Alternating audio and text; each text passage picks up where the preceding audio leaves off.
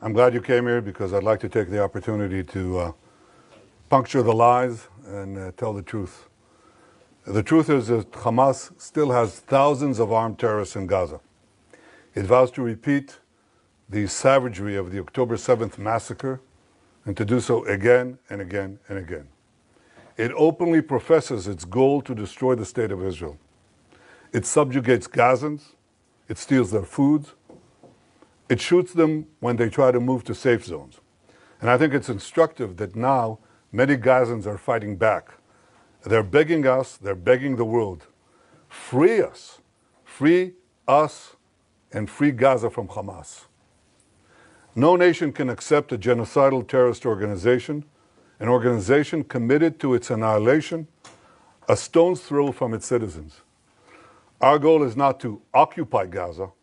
Our goal is to free Gaza, free it from Hamas terrorists. The war can end tomorrow if Gaza, or rather if Hamas lays down its arms and releases all the remaining hostages. Gaza will be demilitarized. Israel will have overriding security responsibility. A security zone will be established on Gaza's border with Israel to prevent future terrorist incursions. A civilian administration will be established in Gaza that will seek to live in peace with Israel. That's our plan for the day after Hamas, and let me summarize it. 5 principles for concluding the war. 1, Hamas disarmed. 2nd, all hostages freed. 3rd, Gaza demilitarized. 4th, Israel has overriding security control. And 5, non-Israeli, peaceful civilian administration. By that I mean a civilian administration that doesn't educate its children for terror, doesn't pay terrorists, and doesn't launch terrorist attacks against Israel. That's what we want to see in Gaza. So it's neither Hamas nor the PA. That's our plan. Given Hamas's refusal to lay down its arms, Israel has no choice but to finish the job and complete the defeat of Hamas. Now, we've done a great deal. We have about 70 to 75% of Gaza under Israeli control, military control. But we have 2 remaining strongholds, okay? These are Gaza City and the central camps in the Muasi. That's roughly, it's schematically presented here, but it's fairly accurate. Last Thursday, Israel's Security Cabinet, instructed the IDF to dismantle the 2 remaining Hamas strongholds in Gaza City and the central camps. Contrary to false claims, this is the best way to end the war and the best way to end it speedily. We will do so by first enabling the civilian population to safely leave the combat areas to designated safe zones. In these safe zones, they'll be given ample food, water, and medical care, as we've done before. And again, contrary to false claims, our policy throughout the war has been to prevent a humanitarian crisis, while Hamas's policy has been to create it. Since the beginning of the war, Israel has let in close to 2 million tons of aid. I know of no other army that has enabled such aid to go to the civilian population in enemy territory. Now, if we had a starvation policy, no one in Gaza would have survived after 2 years of war. But our policy has been the exact opposite. We let in, as I said, almost 2 million tons of aid and sent millions of text messages, millions of phone calls to Gazans to get out of harm's way. Yet in the last few months, Hamas has violently looted the aid trucks meant to get to Palestinian civilians. They deliberately created a shortage of supply. And the UN consistently refused, until recently, to distribute the thousands of trucks that we led into Gaza through the Kerem Shalom crossing. So our problems, we've had tons of uncollected food rotting on the Gazan side of the border because the UN was and still is unwilling to deliver all of it. Here are the tons and tons and tons of humanitarian aid that Israel led in to the Gazan side of the Kerem Shalom crossing, just sitting there because it's not distributed. So now we're going to go around this obstacle. We are going around it by doing 3 things. 1, can I show this, please? Okay. Designating safe corridors for humanitarian aid distribution. No, that's showing the problem, not showing the solution, but here it is. First, designating rather safe corridors for aid distribution. You can go, you can drive trucks there, and you'll be safe. Second, increasing the number of safe distribution points managed by the Gazan humanitarian foundations. And three, airdrops. That's airdrops done by the Israeli Air Force, and we're inviting others to join us. The result has been a humanitarian surge, which we're coordinating with President Trump and his team, and hundreds of trucks have gone in recent days. This is preventing hunger, but it's not prevented the global campaign of lies that we have all witnessed. So in Gaza, despite Hamas's obstacles, 2 million people are now getting access to humanitarian aid. But I'll tell you who isn't. The only ones that are being deliberately starved in Gaza are our hostages. This is Evyatar David. Look at his hand, at his arm. He's being deliberately starved by these Hamas monsters. And look at the Hamas captor. Look at the difference. He's eating, and he's eating well. The purpose of this news conference is to puncture the lies and spread the truth, but that distortion has been propelled around the earth, almost the way that the Jewish people were maligned in the Middle Ages. Every massacre of the Jewish people was preceded by massive vilification. We were said to be spreading vermin to Christian societies. We were said to be poisoning the wells. We were said to slaughter Christian children for their blood. And as these lies spread around the globe, they were followed by horrific massacres, pogroms, displacements, finally culminating in the worst massacre of them all, the Holocaust. Today, the Jewish state is being maligned in a similar way. Everything that I told you could be verified easily, but it hasn't. And the international press has bought hook, line, and sinker Hamas statistics, Hamas claims, Hamas forgeries, and Hamas photographs. For example, these three children. The first one is Osama al-Raqub. He is in Italy getting treatment because Israel got him out. That's what he looks like today. He has a genetic disease that damages the lungs and digestive system. It makes it hard to absorb nutrients and gain weight. Okay? So Israel facilitated Osama's travel to Italy, where he got the medical aid that transformed his position. The second one is Abdul Qadir al-Fayumi. He suffers from a genetic neurological disorder, spinal muscular atrophy, a degenerative condition that causes muscle wasting, weakness, and severe weight loss unrelated to nutrition.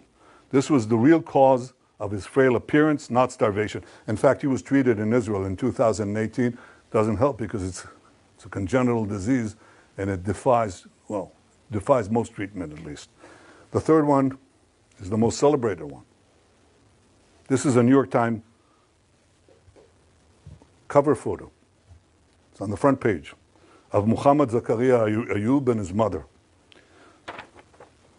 Muhammad Zakaria Ayub is suffering from a genetic illness which you're familiar with. It's called cerebral palsy. His mother is well fed and his brother is healthy. I'm looking right now into the possibility of a governmental suit against the New York Times because this is outrageous. Of course, the correction was postage size. I don't know where it was buried. But this is outrageous. These are the three most celebrated photos, and they're all fake. It's the kind of malignant lies that were leveled at the Jewish people in the Middle Ages. We won't suffer. We won't allow it to go unchallenged, and this is the purpose of this press conference. I hope that you open your eyes to a simple fact. Hamas lies. Now you can ask me any question you want. Thank you, Prime Minister.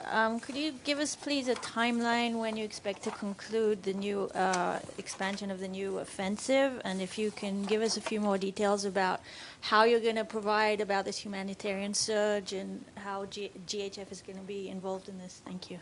Well, the timeline that we set for the action is fairly quickly. I mean, we want to, first of all, enable safe zones to be established, facilities to be brought to, so the civilian population in Gaza City can move out, as they moved out in Rafah, by the way. You remember in Rafah? There were 1.4 million people. People said they can't, they have nowhere to go and they're not going to move out. It took us, I think, about 8 days or 6 days to move them, and they all moved. There were practically no civilian casualties because they all left. And they went to the Moasi area that I showed you before on the map. We think we can achieve a similar result that safeguards the civilian population, at the same time enables us to go at the last stronghold, the most important stronghold of Hamas, which we haven't done so up to the war. I mean, we've been there, but we haven't taken it as a goal to dismantle the Hamas stronghold there. We do now. I don't want to talk about exact timetables, but we're talking in terms of fairly short timetable, because we want to bring the war to an end. This is how we bring the war to an end. As far as the surge is concerned, we're talking to the U.S. about additional measures, but we haven't waited. Because what we're doing, as I said, is designate safe corridors, allow, and expand the GHF distribution points, and we're trying to bring in more resources, hope to recruit some international organizations, maybe, God willing, the UN, if they ever decide to actually do something for the Palestinian people that doesn't go through Hamas. And third, increase the airdrops. The airdrops are important, but they're not the most important thing. The most important thing is ground routes that bring aid, a surge of aid to the Palestinian population as far as we can without letting Hamas loot it. Second question, yes. Prime Minister, 2 questions. Firstly, why is Israel not allowing foreign journalists into Gaza to report independently? And secondly, President Trump has said there is real starvation in Gaza. Do you disagree? Yeah, on the first question, in fact, we have decided, and I've ordered, directed the military to bring in foreign journalists, more foreign journalists, a lot. There's a problem of assuring security, but I think it can be done in a way that is responsible and careful to preserve your own safety. So the directive has been since, when is it? 2 days ago. From what you're telling me, it hasn't yet been implemented, but it should be, because I think you should see it. And one of the things you're going to see is precisely our efforts to bring in Gazans, to bring in rather food to Gaza. You'll see the trucks that have been entered Gaza and are still waiting to be distributed. You'll see Gazans who are fighting Hamas. We haven't seen it since the beginning of the war. And that's a reflection of the fact that they know that we're approaching the end stage. And these people are, risking their lives and their families, but they say, we can't take it anymore, and they fight back. And the other thing you'll see is physical destruction. And the physical destruction is not because Israel is destroying structures with people in there. That's not what's happening. Israel, in fact, is clearing the population, as in Rafah. But the Hamas terrorists who may stay in those areas booby-trap just about every single building. Not every single building, but a lot of them. And every road, and every street, and every junction, every intersection. So one of the things that we do is we place basically old APC, armored personnel carriers, with tons of explosives, and we detonate them, and they set off all the booby traps. That's why you see the destruction. And we do similar things in the tunnels. The tunnels, these terror tunnels, we put TNT in them, and we detonate that after people have left. But they're under buildings, so the buildings collapse. That's why you see destruction.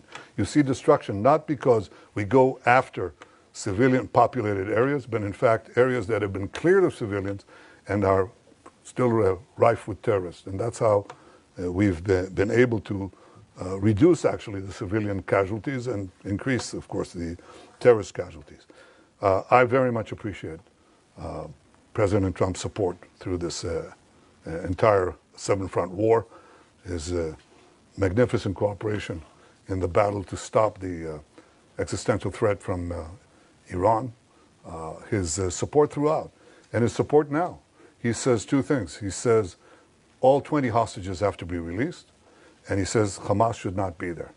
And I think that he, like me, he recognized the fact that there have been deprivations in Gaza caused by Hamas. Hamas has been the cause of that. And what we have to do is overcome it. So we're working together to overcome it. Thank you, Prime Minister. Is Israel working, proceeding in the belief, in the understanding that it can and will recover all 20 hostages alive militarily? Or is it proceeding in the belief or understanding that conditions of their captivity, Hamas strategy, will make that impossible? Look, my goal is to get all of the 20 out alive and also all the ones who are not alive. In the beginning of the war, we were told by a very senior commander, he said, look, we have to get used to the idea that we're not going to see even one of them alive. And I disagreed. I said, we'll get most and possibly all of them if we apply judiciously both military pressure and political, diplomatic pressure. So far, out of 255 hostages, we got 205 out, of which 148 are alive. 148 are alive. We have 20 living ones left in the Hamas captivity, and 30 who are not alive, as I said before. If we don't do anything, we're not going to get them out. The option of just doing a war of attrition from defensive positions has not proved itself, and I think it will just, it won't get them out, but I think it will draw us into a protracted conflict that doesn't bring the war to an end. The move that I'm talking about, I think, has the possibility of getting them out. We're talking about how to, I don't want to go into details, but how to get the remaining hostages alive as we close in on Hamas. And there are various ways that I think, creative ways that this can be done, but again, I won't go into that now. CNN. Thank you, Prime Minister. 2 questions, please. You've just shown the horrific photo of Eviatar David, who's kept hostage in Gaza. We know that the hostages' days are numbered. So how will prolonging the war bring them home? And second question, you stated that Gaza would be passed to civilian governance that is not Hamas and not the Palestinian Authority. Can you specifically identify who this civilian governance would be? Do you have any concrete entities or individuals in mind? And is there a timeline for establishing this administration? Yeah, well, I don't want to prolong the war. I want to end the war. And I think the other suggestions would have prolonged it. We may have gotten maybe a dripping of hostages, even though Hamas showed no willingness to do that. And then they just go on and on and on, and we'd have this endless. Unless you are willing to just say, Israel, capitulate, go out. And even then, I don't think we'll get all the hostages. And if we capitulate, it means that Hamas will rearm, regroup, and carry out all the threats that it openly professes every day, by the way. Every day they say, we're going to do the October 7th massacre again and again, and we're going to destroy the state of Israel. You can't leave them there, So we're not going to do that. So my goal is not to prolong the war. My goal is to end the war. And I think that prolonging the war means that many of them could be starved to death. That's exactly the point. I don't want that. As far as the specific partners for the civil governance of Hamas, we're actually, I think the 5 principles are generally widely accepted. And it's instructive that some of the Arab countries, quite a few of them actually, said that Hamas has to be disarmed. I think this is the starting point. And look at what is happening in Lebanon as a result of our action.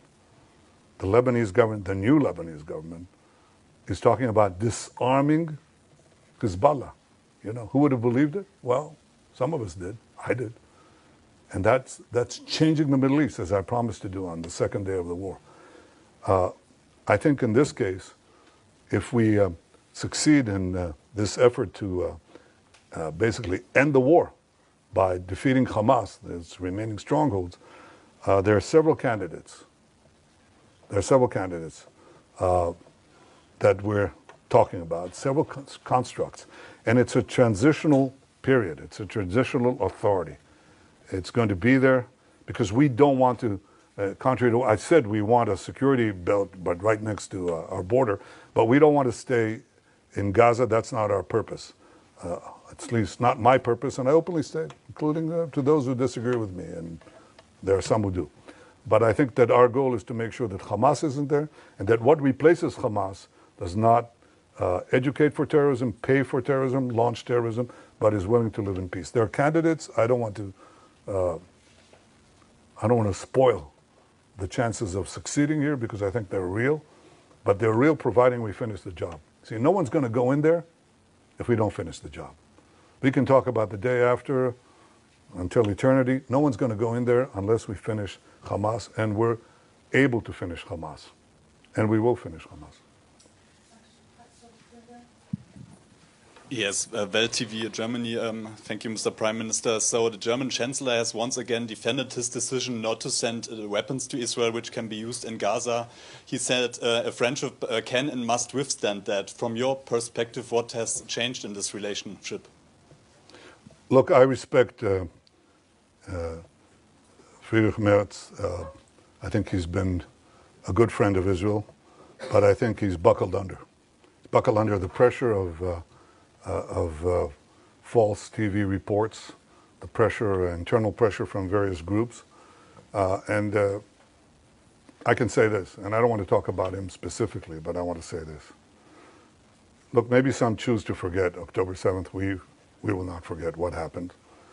And we will do whatever it takes to defend our country and defend our people, defend our future. We will win the war, with or without the support of others. But I think that there's an issue here. And the issue is many leaders tell me, look, we know you're right, but we can't stand, in the face of the public opinion in our country, especially European leaders. They tell me that over and over again. And I say, that is your problem. It is not our problem. It is not our problem. You know? In Munich, everybody celebrated Munich.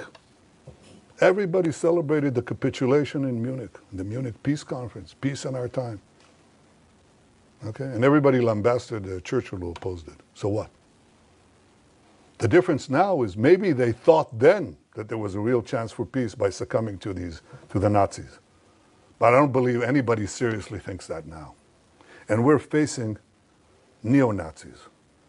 You know, Chancellor Merz's predecessor was here, okay? And he, on the first or second day of the war, he was there on the first days of the war. And he told me, he said to me, they're exactly like the Nazis. And they are. And we're not going to leave. We're not going to leave the Nazi, the remainder of the Nazi army, in the equivalent of Berlin. You know, don't go into Berlin and don't finish off the Nazi army, the German army. Of course not. I mean, that's what people are telling us to do. And I'm not going to do it. And the Israeli people are not going to do it. We're going to do it. And we have enough criticism within, but the majority of the people, if you really check it, the majority of the people say, that's a result we can't afford if we want to live here. So we're going to do what we need to do. And I hope that Chancellor Merz changes his policy. And you know when he'll change his policy, for sure? When we win.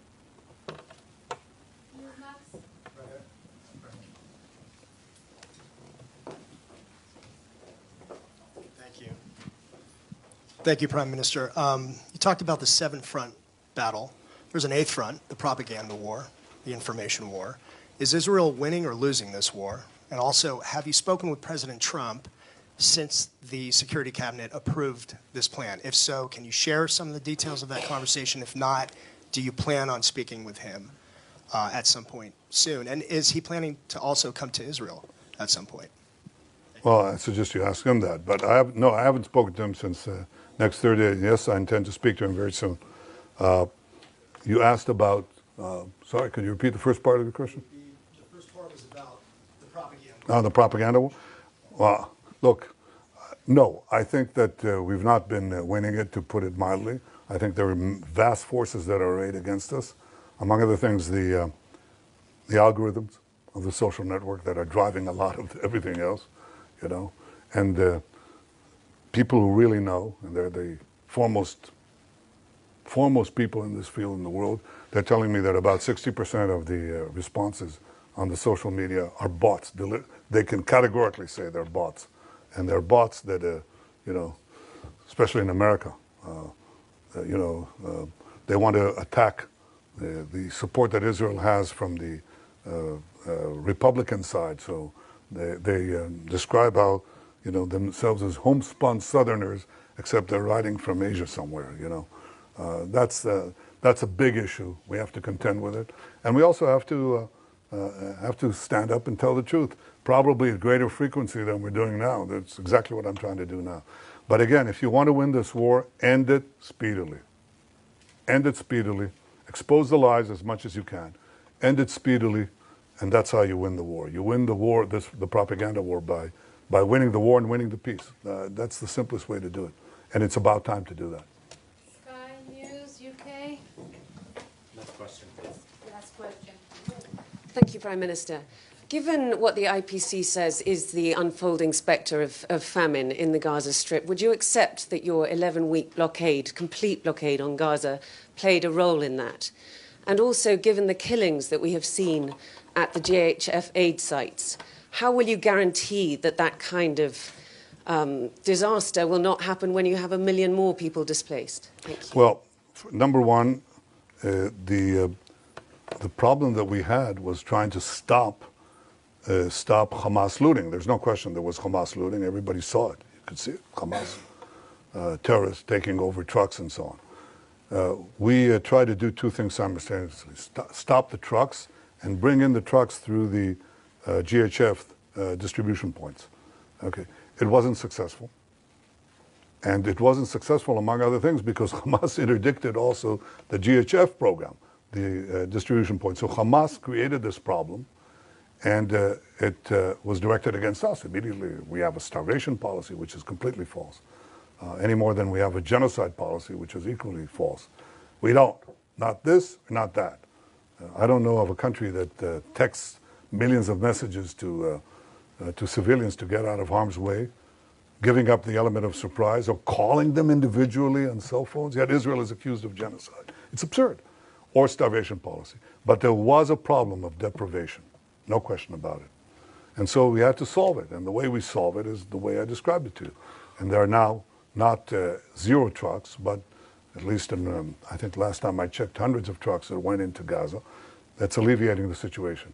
Now we want to increase the number of distribution sites. So there's not, basically you answer this problem, or you solve this problem by the law of supply and demand. If you have a lot of supply, if you flood Gaza with food, which some of it will be pilfered, there's no way to get around that, will be looted by Hamas, but you'll have, if enough food reaches the marketplace, so to speak, then you'll see a difference. And you know what the difference is? How do we know for sure there's a difference?